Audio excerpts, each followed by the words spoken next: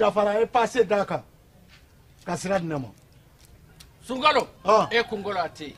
dugu wari ko diba fo dugu andugu dum warata de o ko ni kuma tala sa e ka sama moneto yi i yere ta sita sita ka numéro flani warici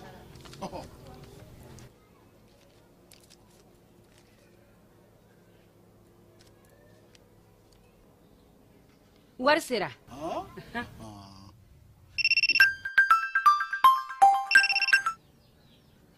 Allo ye wari sɔrɔ o ɲɛna tiɲɛ yɛrɛ la ko ni sama bɛ maa min ɲɛ ko n komi t'i gosi ngonga sama mɔnɛ i yɛrɛ ta a sɔngɔ ka nɔgɔn ni mali wari ci sira bɛɛ ye depo ye fu ye wari bɛ ci fu ni application ye wa bɔsara ye musaka fitinin ye sama mɔnɛ ji ni kuran bɛ sara n'a ye krediw bɛ ta n'a ye sanni feere bɛ kɛ n'a ye sama mɔnɛ nin y'anw maliyɛnw ta ye a y'a si filɛ ka nkalon bɔnda dugu kɔnɔna sigida dɔ la bɛɛ b'i ci la nka baara o baara kɔfɛ laɲini dɔ bɛ yen laɲini min bɛ kɔlɔsili walima bololabila ko fɔ fatu filɛ nin ye a bɛ baara kɛ btp de la a ye baara kura dɔ boloda k'a sɔrɔ a m'a ko fɔ edm mɔgɔw ye o nana ni mun ye kuranfili dɔ tigɛra sigida kelen bɛɛ bilala dibi la fatu ta ye bololatigɛ dan ye wa a damaja mɔgɔ si la nin ye mamadu ye taxibolila don k'a to mɔbilibolila a ye kuran poto dɔ gosi k'a kari a ma boli wa a ye edmsa ka centre d'appel wele a ka nin kɛwale ɲuman in b'a to ka sara wɛrɛ tɛna bɔ a la mamadu ye fasoden ɲuman ye wa a jan bɛ bɛɛ ka lakana na nka bɛɛ tɛ nin hakilina ɲuman in sɔrɔ isa filɛ nin ye a bi ka kɛ komi a bi baara dɔ la k'a sɔrɔ a bɛ ka kofere électrikiw fil de bɔ ka t'u feere kuranko la fɛn bɛ jate kan ka minɛ an kana kɛ fatu ni isa ɲɔgɔn ye an ka kɛ i komi mamadu n'aw bɛ fɛ ka dingɛsen baaraw kɛ aw bɛ edmsa ka servisiw wele walasa aw kana tiɲɛni don dugu jukɔrɔ filiw la fasodenw aw kana ɲina ka dantɛmɛwalew kofɔ kuranko ta fan na aw bɛ weleli kɛ 36077 la walima agence edmsa mun ka surun aw la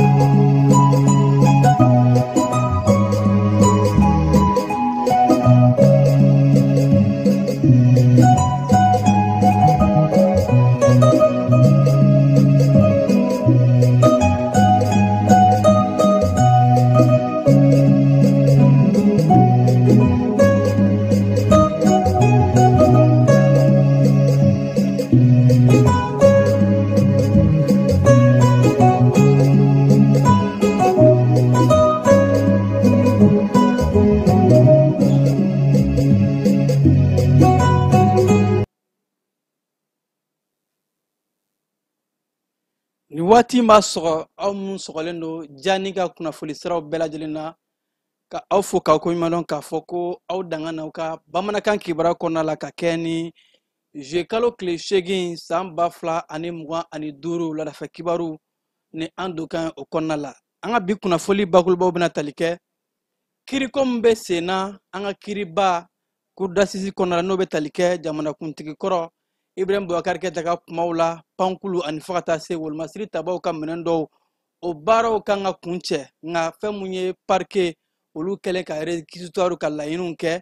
lapasalikɛlaw ni avocat ye olu fana bɛ ka lapasaliw kɛ ka ɲɛsin u ka maaw ma ni ka yɛrɛ k'a fɔ k'u ka maaw jɛlen don nin ko in na an bɛna walawalali kɛ aw ye a ko ɲɛ kan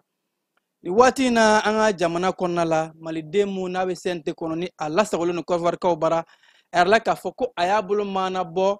Maître Kassim Tapo ni ale ye ministre kɔrɔ fana ye ko ka kɛ a ka sɔnnadobaga ye nka ko kibaruya la Kassim Tapo k'a ma sɔn ka a bolo don Mamadu Awa Gassama a ka avocat kɔrɔ ka a lapasa nin kiiri in na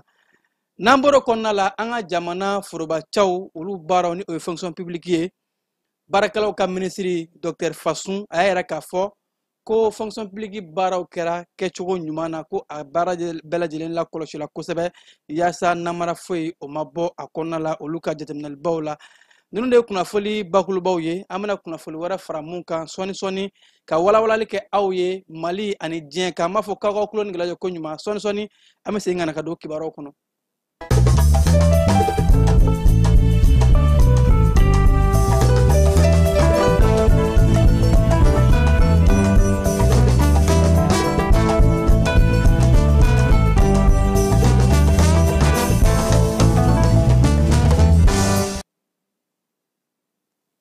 An bɛ segin aw fɔ ko kura aw minnu bɛ sɔgɔ ja ni ka kunnafoni siraw bɛɛ lajɛlen na yaasa ka se ka kibaruya sɔrɔ ka aw kunna sirilen bɔ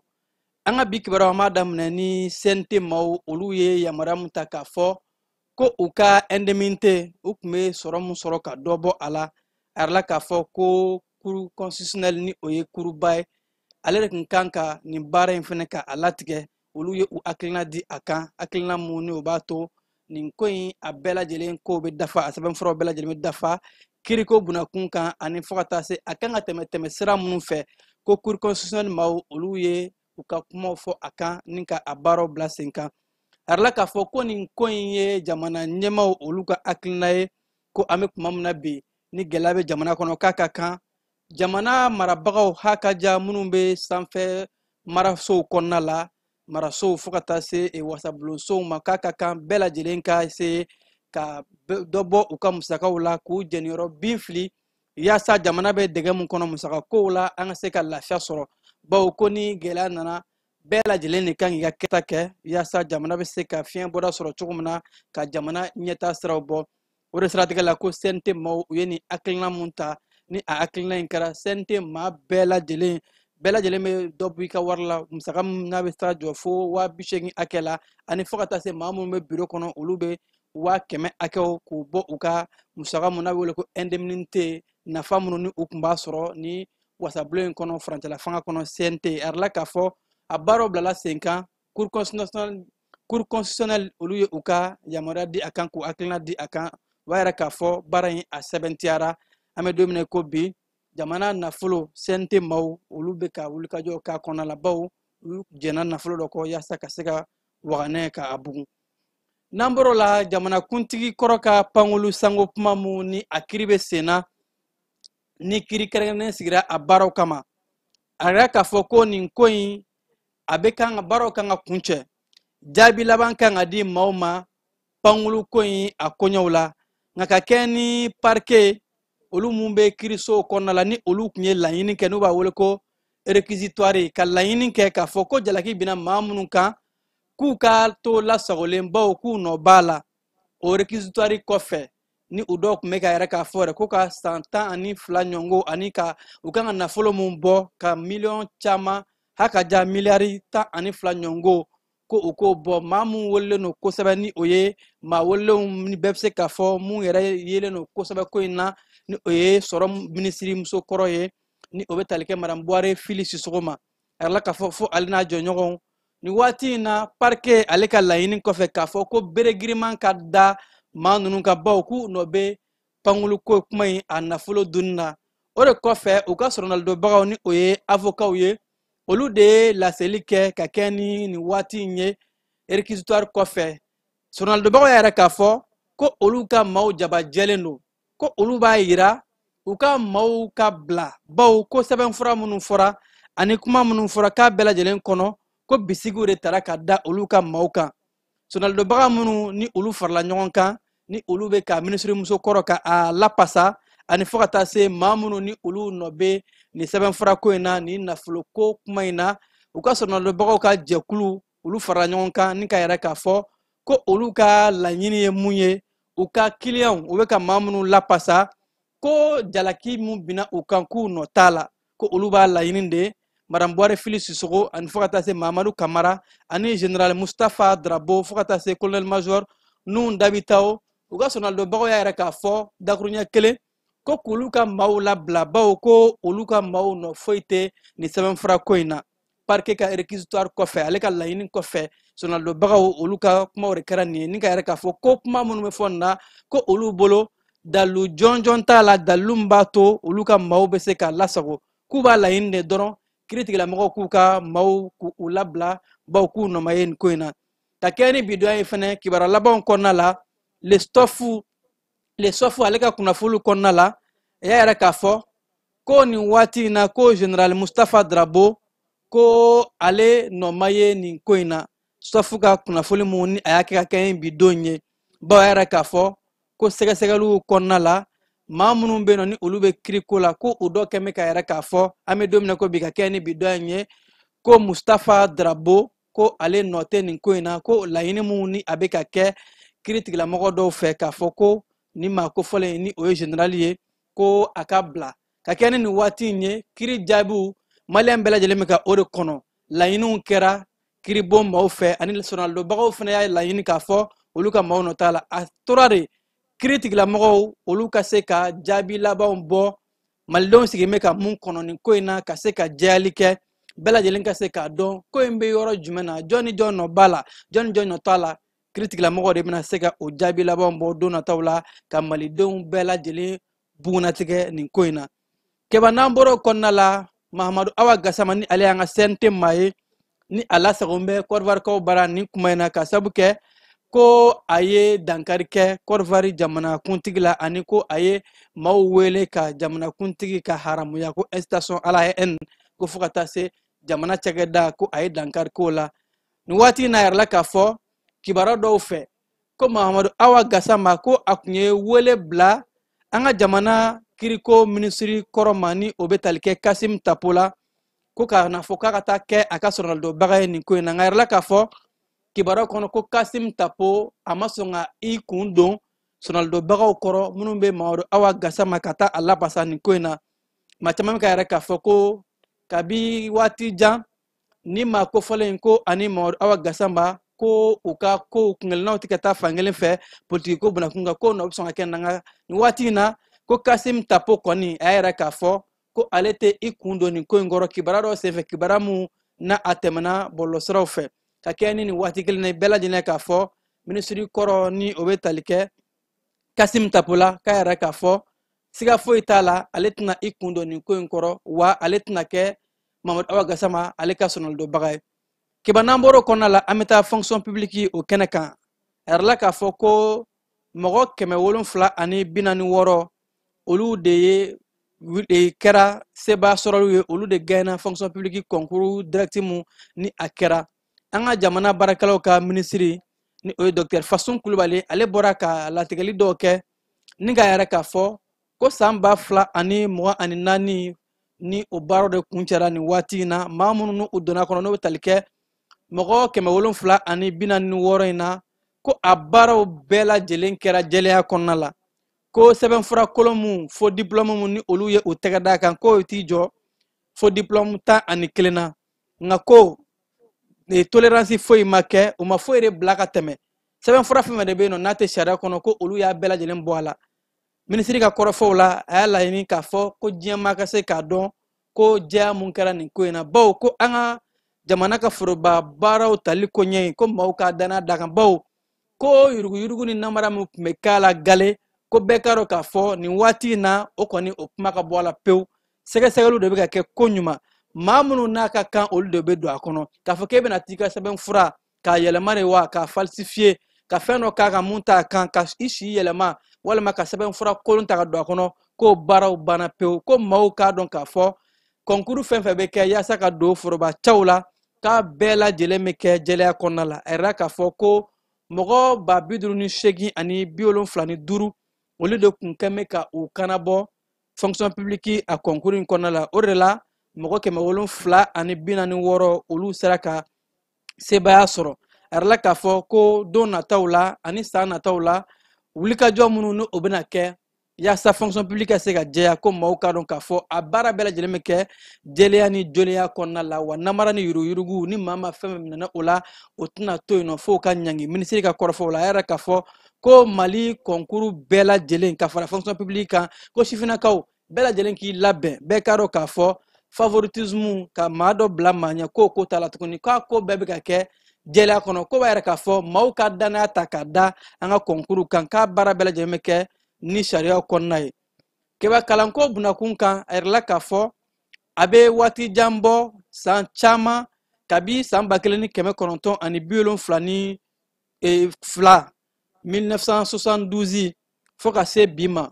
ko an ka jamana ɲɛmaayaso olu ni kerecɛn dinɛw kun kɛn bɛ ka bɛnkan kɛ yaasa ekɔli katolikiw jamana ka se ka olu ta ni waati in na yɛrɛ la k'a fɔ jamana kun kan ka musaka mun di kerecɛnw ka ekɔliw ma ko o musakaw ko o baaraw jɔra jamana ni ekɔli katolikiw ni ɲɔgɔn cɛ o b'a yɛrɛ k'a fɔ ekɔli katoliki minnu kun bɛ yen nɔ ni jamana de bɛ ka u finanse a baaraw jɔlen ko a caman bɛna kɛ sababu ye ka a kalanso ninnu caman datugu ko bɛna gɛlɛya caman lase kalansow ma kalanso minnu ni olu jamana tun bɛ ka musaka d'u ma bɛnkan mun tun ye ni o ye ka se ka nafolo di ko bɛnkanw de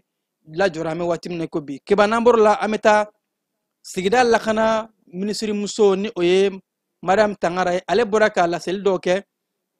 ko an ka baba mun bɛ yan nɔ ni o ye fleuve niger ye ko nin ba in k'a kan ka tɔbɔtɔ bawo ko n'i ye nin baboloba in lajɛ mun bɛ ka bamako cɛci babolo in a jɔyɔrɔ ka bon kosɛbɛ bamako sanuyali ani fo ka taa se bamakokaw ka jiko bunakun kan minisiriso min ka ca ɲɛsilen don sigida lakanali ani fo ka taa se ɲɛta kundalajan ma a ɲiningalen jabaraniso sanfɛ ORTM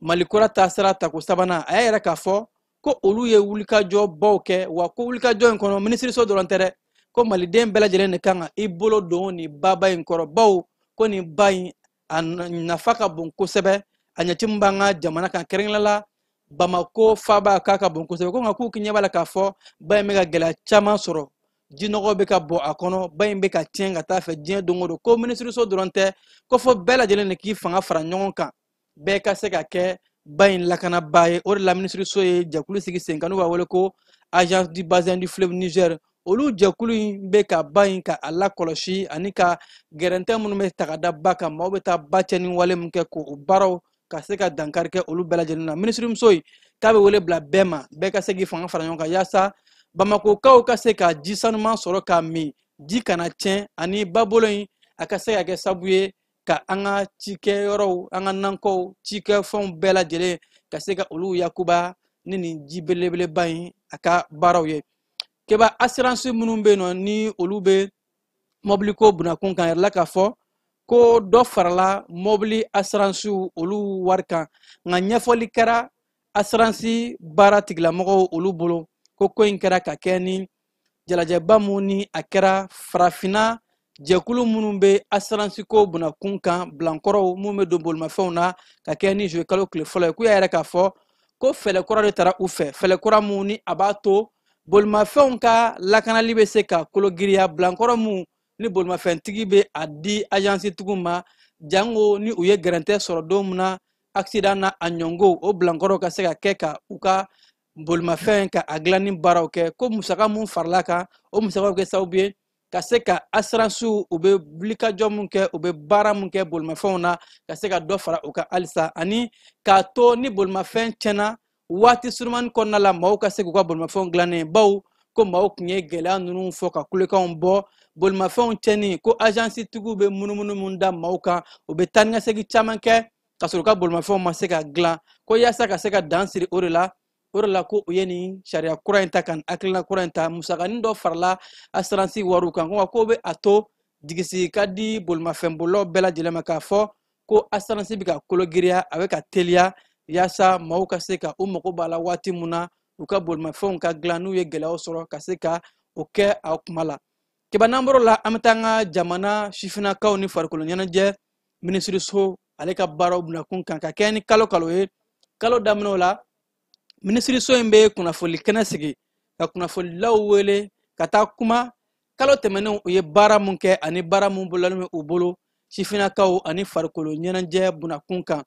an ka farikolo ɲɛnajɛ ministre ni sifinakaw ka ministre Abdul Kasim Fomba ani kuna folilaw karla ɲɔgɔnna kunungo keba ka ɲiningaliw tɛngu a la ministre so bɛ ka bara mun kɛ ani bara mun kɛra juin kalo kɔnɔ ani wulikajɔ mun bɛ u bolo ko ministre ye jaabili di kunnafonilaw ma u ka ɲininkali caman na keba an bɛ taa e fan fɛ o kɛnɛ in kan ministre a ye laseli mun kɛ an bɛ o lajɛ ka sɔrɔ ka segin ka na ni kibaruya ye. Ne y'a fɔ cogo min na an ye jateminɛ dɔw kɛ par rapport aux sportifs. An y'a jateminɛ sportifs ka condition, c'est-à-dire au-delà, je parle des sportifs de haut niveau. C'est-à-dire les sportifs de haut niveau, an ye minnu ye k'u taara retraite la, a dɔw bɛ yen nɔ vraiment u ka condition ka gɛlɛn. Donc an kɔni ye décision mun ta, je pense que n y'a fɔ n ka introduction na, n y'a fɔ kalo tɛmɛnen fɛnɛ la. An ye décision dɔ ta walasa an ka stade réceptif pourcentage dɔ an ka se ka fonds social dɔ constituer. N ko filanan fɛnɛ la ko an ye discussion dɔ daminɛ ani CMSS c'est ça? INPS pardon. Ani INPS assurance volontaire là. An bɛ discussion dɔ la mais c'est très avancé. Donc n'ala sɔnna fɛn dama ni détail dɔw bɛ an ka olu lajɛ. N'a ye ɲɔgɔn faamuya o la o fana bɛ se ka ancien sportifs dɛmɛ kosɛbɛ peut-être hali sportif dɔw bɛ yen a bɛ se k'olu dɛmɛ fɛnɛ donc an b'o o cadre kɔnɔna la fɛn fɛn ye sport ye mais ne yɛrɛ ka laɲini ye min ye o ye an ka discipline professionnalisation parce que ne ko n ko bi n'an ko k'an bɛ baara kɛ cogo o cogo farikolo ɲɛnajɛ kɛra cogo o cogo ni sportifs ma commencé ka dɔɔni sɔrɔ u ka sport la a ka gɛlɛn donc au professionnalisation du sport des disciplines sportives o de ye baara ye an bɛ ka o essayer k'o kɛ mais an bolo a bɛ nɔgɔya cogo min na bon fɛn caman b'a la o kan ka jateminɛ a la mun tɛ département dɔrɔn ye dɛ mun bɛ fédération yɛrɛ fanfɛla la parce que ni n'an ko k'an bɛ discipline professionnaliser cogo dɔ la je pense que n y'a ɲɛfɔ parce que ale ye question posée sur le championnat professionnel fɛn dɔw bɛ yen i bɛ jɛ a kɔ de a bɛ ka yamaruya la i bɛ jɛ a kɔ de pour que a ka se ka avancer bon il faut que an ka se ka an ka fédération fɛnɛ lafaamuya ko dɔw la département fɛnɛ la an fɛnɛ kan ka mesure dɔw ta walasa an ka se ka a lajɛ an b'u accompagner cogo min na mais baara mun don c'est vraiment dans les deux sens hakili la a baara ça demande un peu de travail il faut que an ka se ka ɲɔgɔn faamuya o la donc ani fédération dɔw tun ye ɲɔgɔn ye pour faire le test donc olu yɛrɛ tun ye réunion kɛ k'a fɔ k'u sɔnna an ka fɛn fɔlenw ma bon mais je crois que mise en œuvre là ça demande encore un peu d'effort pour qu'on se casse au niveau là. L'autre chose c'est que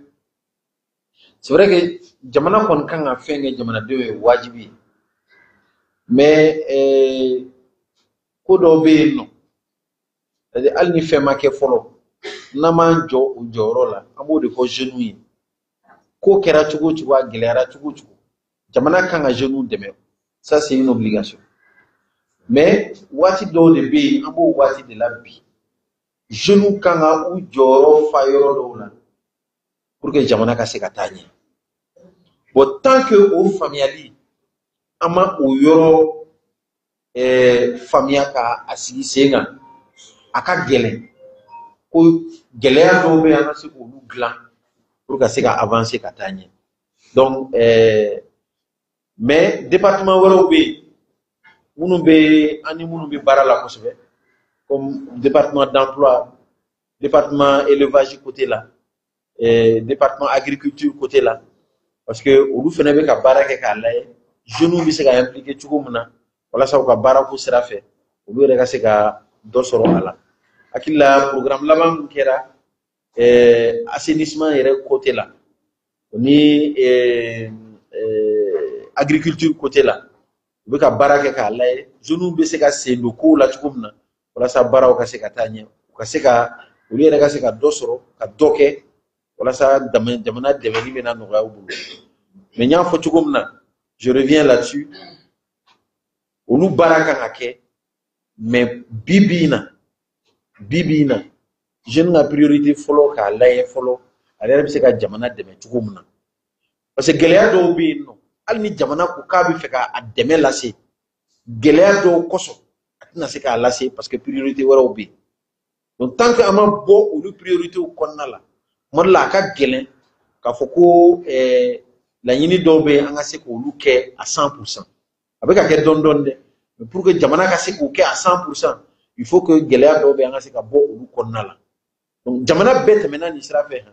Mali ka exclusivité tɛ dɛ a bɛ se ka taa recherche kɛ yɔrɔ min y'aw diya jamana baw fɛn fɛn bɛ yen u bɛɛ tɛmɛna crise fɛ jamana ba bɛɛ jamana tɛ yen k'i bɔra dugukolo la k'i sera ka ɲɛ ten o jamana tɛ yen jamana baw fɛn fɛn bɛ yen u tɛmɛna crise fɛ an b'an ka crise période de la mais o crise fɛn fɛn kɛra waati dɔw de kɛra u bɛ mun wele ko sursaut o de kɛra waati la mais a denmisɛnninw de y'a ta dɛ denmisɛnninw de y'a ta olu jamana bɛɛ kɔnɔna la a bɛ se k'aw ka recherche kɛ a yɛrɛ b'a ye donc sursaut kɔnɔna la il faut que jeunes fana k'a dɔn ko jɔyɔrɔ dɔ b'u bolo bi jamana pour que jamana ka se ka taa ɲɛ donc o la n'u ye question posée citoyenneté la an bɛ to k'o fɛnɛ de f'u ye k'a gɛlɛyaw ye u ka se k'o yɔrɔnin fɛnɛ faamuya n'i t'a dɔn k'i jɔyɔrɔ bɛ jamana jɔ la i bɛ fɛn o fɛn la i ye furalikɛla ye o i ye tobilikɛla ye o i ye gardien ye o i ye média ye o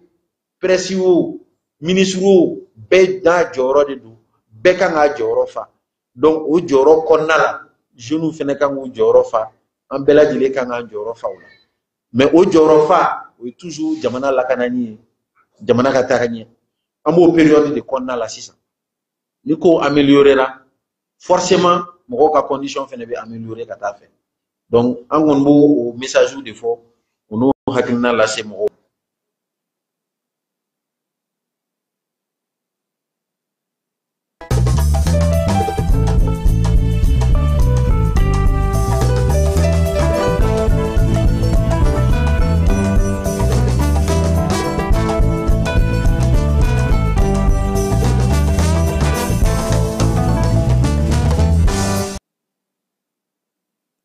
Keba an bɛ segin ka na kiriko bunakun kan i n'a fɔ an tun y'a fɔ a ye cogo min na an ka jamanakuntigi ka pankuruko mun n'a kiri tun bɛ sen na kirisoba cour d'assises kɛrɛnkɛrɛnnen mun bilala a ko bunakun kan ani fo ka taa se wolomasiri tabaw ka maramafɛn dɔw a yɛrɛ la k'a fɔ ko kiri jaabi labanw bɔra ka bin verdict bɔra ka kɛ ni bidɔn ye kuma min na yɛrɛ an bɛ kunnafoli so kɔnɔna la yan nɔ a yɛrɛ la k'a fɔ ko kiri jaabi labanw o bɛ ministre muso mun tun bɛ nin waati in na sɔrɔ bosodaw ministre muso madame Buhare Fili Sisogo ko san 10 kaso 10 ans ferme san 10 kaso datugulen ko kiri ye o de da a kun ani fo ka taa se a bɛ nafolo dɔw sara ani Nuhum ni o ye colonel Nuhum Dabitaw ye colonel major Nuhum Dabitaw ko san 5 kaso 5 ans ferme ko kiri ye o de da ale fana kun nka maa minnu tun bɛ kiri in kɔnɔna la fana ka fara olu kan minnu nana u yɛrɛ yara tribunal kɔnɔna la minnu sera ka taa kiri in kɛnɛ kan n'o dɔ bɛ tali kɛ Mahamadu Kamara ani fo ka taa se général Mustafa Drabo Mahamadu Kamara ni général Mustafa Drabo ko olu labilala midɔnna ye ko bi olu akitera mun ye kiri jaabi labanw ni a bɔra ka bi dɔ in ye yaasa ka se ka walawalali ni faamuyali sɔrɔ o kow la a b'aw sɔgɔlen to an na kunnafoli nataw la Kasim Traoré a bɛna ɲɛfɔli camanba kɛ aw la o ko in na nka o bɛɛ lajɛlen ka mun dɔn k'a fɔ Fili ale mun tun ye maa welelen kɛrɛnkɛrɛnnenba ye nin ko in kɔnɔna la ale ye ko san 10 kaso 10 ans ferme o bɛ da a kun fo ka taa se ale ni colonel major Nuhum Dabitaw ko san 5 bɛ da ale kun Mahamadu Kamara ani fo ka taa se général Mustafa Drabo ko olu labilala keba an bɛ taa ni kibaruyaw kɔnɔna ye ni waati na an ka jamana kɔnɔna la a yɛrɛ k'a fɔ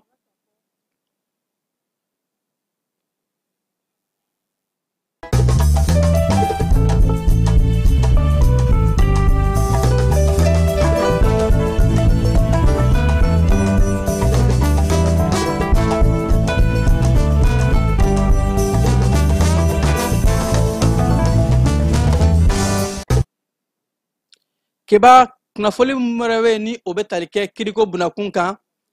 maa minnu bɛ yen nɔ ni o ye parti politique kɔrɔw ye ni olu kun kɛ mɛ ka damakasi sɛbɛn don ka yɛrɛ k'a fɔ ko parti politique kɔrɔw cili ko olu ma jɛn n'a ye a yɛrɛ la k'a fɔ fɛnɛ ko u kun ye damakasi sɛbɛn mun don sigida 6nan o tribunal kɔnɔna la o baaraw o kun kan ka latigɛ ka kɛ ni bidɔnya ye ani fo ka taa se sigida gale ni o ye commune 1 tribunal ye u kun ye damakasi sɛbɛn mun don ka yɛrɛ k'a fɔ ko parti politique kɔrɔw ka cili ko olu ma jɛn n'a ye parti politique kɔrɔ minnu n'u kun ye damakasi sɛbɛnw don ko olu ka kiri a bɔra a bilala ka bɛn ni juillet kalo tile 28 ye ko kiri a reportera ka bila o de la kebanan bɔr'o kɔnɔna la ɲɛnaminimafɛn mun ni sifinnakaw n'a yɛrɛ la k'a fɔ ko a ɲɔgɔnɲɛnɛmɛ an ka jamana kɔnɔ kosɛbɛ ko k'a daminɛ san 2024 ka taa bila san 2025 la jɛkulu min an ka jamana kɔnɔ ni o ye OCS ye ni ale bɛ ɲɛnaminimafɛnw o kɛlɛli la a y'a yɛrɛ k'a fɔ ko 2024 ka na bila 2025 na ko dɔrɔgu tɔni 128 ko o y'o de minɛ sifinnakaw bolo o b'a yɛrɛ k'a fɔ ko ɲɛnaminimafɛn a bɛ ka don an ka jamana kɔnɔ wa dagosi bɛ ka bonya kosɛbɛ wa k'a bɛ ka kɛ gɛlɛyaba ye wa wulikajɔw bɛ ka kɛ yaasa ka se ka dan siri sifinnakaw ka ɲɛnaminimafɛn o tali la an ka jamana kɔnɔ kiba n'an bɔr'o la an bɛ taa jamana kɔkan kibaruw la gabɔnkaw bara a yɛrɛ la k'a fɔ ko jamana kuntigi ni o ye Brice Clotaire Oligui Nguema ka kɛ ni karidonya ye ko a ye fanga kulu bɛrɛbɛrɛli kulu kura sigi fanga tɔn mun ni a y'a tɔgɔ da ko Union démocratique des bâtisseurs UDB a yɛrɛ la k'a fɔ ko jamana kuntigi a ye nin parti sigi ni ka fɔ ko a kun kelenna ye ko ka se ka gabɔnkadenw bɛɛ lajɛlen fara ɲɔgɔn kan k'u ɲɛsin jamana ɲɛta ani fo ka taa se jamana ka sigiden minnu bɛ yen ani sigikan minnu bɛ yen nɔ ko k'a kɛ o waleya ye ko u bɛna baara k'o de kɔnɔna la ka se ka jamana ka ɲɛta bɔ ani ka jamana ka danbe sigi a ma burundikaw baara kɛba yɛrɛ la k'a fɔ ko mɔgɔ 6 minnu ni jalakiw kun binnen kan k'a fɔ ko u ye subagaya walew kɛ k'u y'u lajɔ burundi faba bujumbura kɔnɔ ka maa ninnu ka u faga bɛɛ lajɛlen ɲɛnɛ a yɛrɛ la k'a fɔ ko o ko in kɛra ka kɛ ni kulu marifatigiw olu ka wulikajɔ dɔw ye ni a kɛra Imbonerakuru k'a kɛra o fan fɛ a yɛrɛ la k'a fɔ kulu marifatigiw ka wulikajɔ nin kɔnɔna la u taara sɔrɔ siganamaa ninnu bɛ yen nɔ u yɛrɛ k'a fɔ ko maa minnu ko subagaw don ko u y'u lajɔ ka u faga bɛɛ lajɛlen ɲɛna o ko in de diɲɛ seleke naani tɔnba dɔw bɛ yen minnu bɛ adamadenya hakɛw la pasa olu bɛ k'a yɛrɛ k'a fɔ ko nin wale in ko damatɛmɛ wale de don k'a yɛrɛ k'a fɔ ko siga kɛra maaw la dɔrɔn sɛgɛsɛgɛliw ma kɛ k'u lajɔ k'u faga tantɔn ko a bɛ don adamadenya hakɛw a bɛ olu buruja senegalikaw bara kɛba yɛrɛ la k'a fɔ u ka maa minnu bɛ yen maa dɔ y'a yɛrɛ k'a fɔ ni ale ɲininikɛlaba ye ko senegali jamana ani faransi jɛɲɔgɔnya kɔnɔna la ko senegali ma foyi de sɔrɔ a kɔnɔ ni gɛlɛya tɛ baw ni maa kofɔlen in ka fɔla ni a ye dantigɛli kɛ irisiw ka kunnafoni sira Sputnik o sanfɛ Samba Menda Diaw ale y'a yɛrɛ k'a fɔ ko jamana foyi de man ka i jigi sigi jamana wɛrɛ la k'a fɔ ko bɛna lakana sinsin ka jamana kɔnɔ ko ni an ye a ta k'a lajɛ Israel ni Iran ka kɛlɛ kɔnɔna la an b'a ye k'a fɔ jamana foyi tɛ se ka jamana wɛrɛ dɛmɛ n'i yɛrɛ tɛ Senegal jamana k'u tun ye danaya min ta k'a da Faransi kan ko Faransi ka n'u dɛmɛ ale ka yetaw kɔnɔna la ko Senegal jamana ma nafa foyi sɔrɔ o jɛɲɔgɔnw la wa ko bɛɛ lajɛlen ka dɔn k'a fɔ a ka kan jamana bɛɛ ka pan i yɛrɛ kamana bɛɛ ka gulɔ i yɛrɛ la yaasa ka se ka bɛn ani lakana sinsin ka jamana kɔnɔ ka maa ŋana jugu ka olu kɛlɛ keba Liberiya jamana kɔnɔ u ka jamana ɲɛmaa mun bɛ yen bi ni o bɛ tali kɛ Joseph Boaké ale yɛrɛ k'a fɔ ko a bɛ yafa ɲini kɛ Liberiya jamana kɔnɔdenw bɛɛ lajɛlen ye baw ko kɛlɛ minnu tɛmɛna ni o ye guerre civile n'a ɲɔngow ye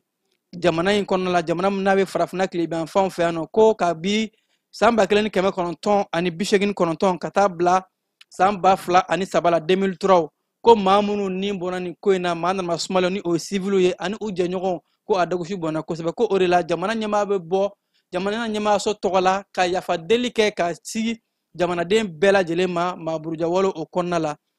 keba Nigériyakaw bara a yɛrɛ la k'a fɔ ko bandiw ka munumunu salow kɛra sabu ye ka maa 70 ɲɔngow ka olu bɔnɛ a nin na a kɛra Nigériya kɔrɔnfan fanfɛlaw la a yɛrɛ la k'a fɔ ko bandiw ka nin wale in n'u bɛ taa jan da maaw ɲɛ ka maaw bololafɛnw bɔ u kun ko a wale mɛ ka kɛ gɛlɛyaba ye ka ɲɛsin Nigeria a sigida n'a marabolo ninnu bɛɛ lajɛlen ma o de la ko jamana ɲɛmɔgɔ bɛ fɛlɛ bɛɛ lajɛlen la ka fara ni bandiba ninnu ko bamaciya walew fana bɛ nin yɔrɔ kofɔlen ninnu na ko ka se ka maa kofɔlen ninnu k'u lajɔ yaasa jolibɔn ka jɔ jamana kɔnɔna la.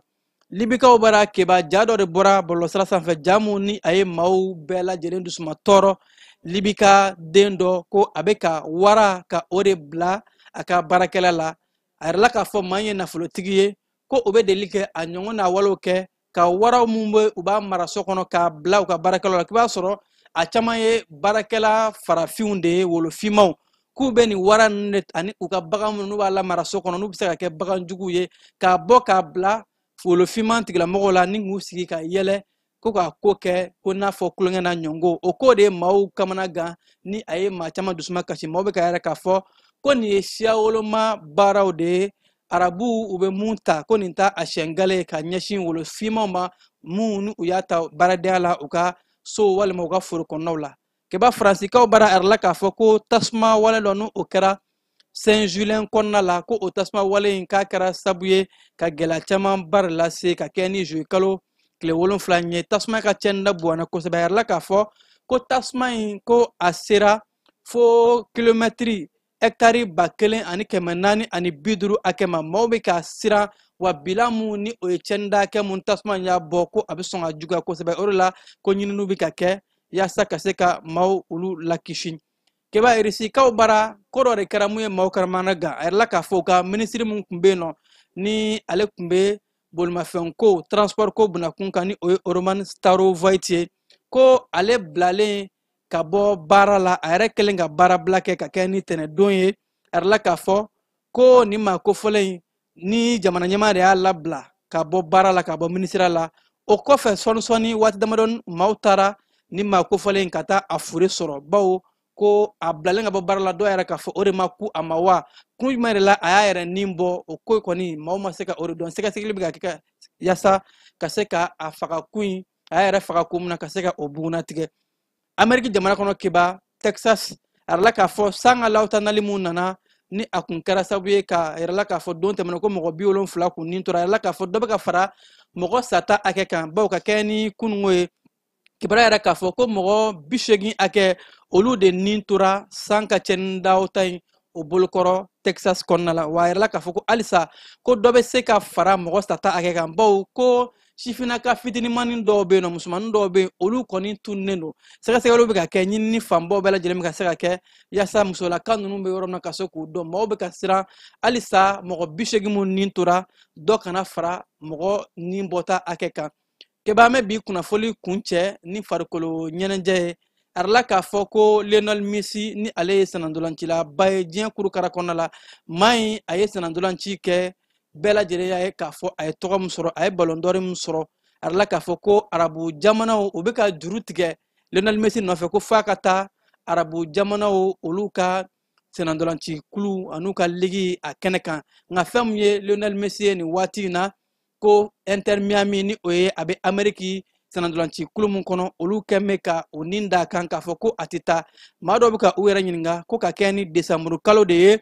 Lionel Messi a ka contrat kan ka ban fɛn mun ye Amérique kaw bara arabu jamanaw ko olu nin da ma kan cogo min na a bɛna taa nin yɔrɔ fila jumɛn na Lionel Messi ale de kɔni bɛna bɔ sisan ka dantigɛli kɛ k'a lajɛ n'a sɔrɔ a bɛ taa Saudiya Pro League ni o ye arabuw ka sɛnɛndolanci jɛkulu mun bɛ yen nɔ ni olu bɛ fɛ ka diɲɛ sɛnɛndolancila belebelebaw bɛɛ lajɛlen u bɛ ka wuli u nɔfɛ yaasa u ka se ka taa sɛnɛndolanci kɛ u bara nin waati in na maaw fɛn bɛ ka yɛrɛ k'a fɔ ko Inter Miami fɛnɛ olu tɛ ka sɔn ka o bolo bɔ Lionel Messi kan bawo k'a ka ɲina saison kɔnɔna la a ye baara mun kɛ a ye record min battu Inter Miami a ɲɔgɔn bi kuma deli ka don ka kɛ ni nin sɛnɛndolanci waati ye san kelen kɔnɔ a ye 52 de don nin waati in na Lionel Messi arabu fɛ yen nɔ walima a bɛ to a nɔ la Amérique jamana kɔnɔ ko ɲininkali tɔ min bɛ yen nɔ nka a yɛrɛ de bɛna dantigɛli kɛ décembre kalo nataw na n'a ka waatiw banna keba ninnu de bɛ dan siri an ka bi wulada in na kibaru la minnu sera ka fara ɲɔgɔn kan ka da aw tulo kan aw minnu kun sɔgɔlen don jani ka kunnafoni sira bɛɛ lajɛlen na ka aw fo k'aw ko ɲuman dɔn k'a fɔ ko a y'aw sɔgɔlen to jani na kunnafoni tɛ kɛ aw negela ye jaw tun bɛ ka yira aw la balimakɛ keba jalo fɛ a k'an bɛn kuma wɛrɛ waati wɛrɛ kunnafoni wɛrɛ kɛnɛ kan an ka ɲɔgɔn dɛmɛ ka binŋɛnikɛlaw ni maafalaw ni walijugutigilamaw kɛlɛ a y'anw dɛmɛ an k'aw dɛmɛ ka binŋɛnikɛlaw ni maafalaw ni walijugutigilamaw kɛlɛ n'a ye kunnafoni sɔrɔ binŋɛnikɛlaw ni maafalaw ni walijugutigilamaw kan a ye nɛgɛjuru ci dɛmɛso la nɛgɛjuru sira fɛ wari tɛ sara min na 80 00 11 20 walima 80 00 11 22 walima 98 17 36 75 ngo 98 17 36 45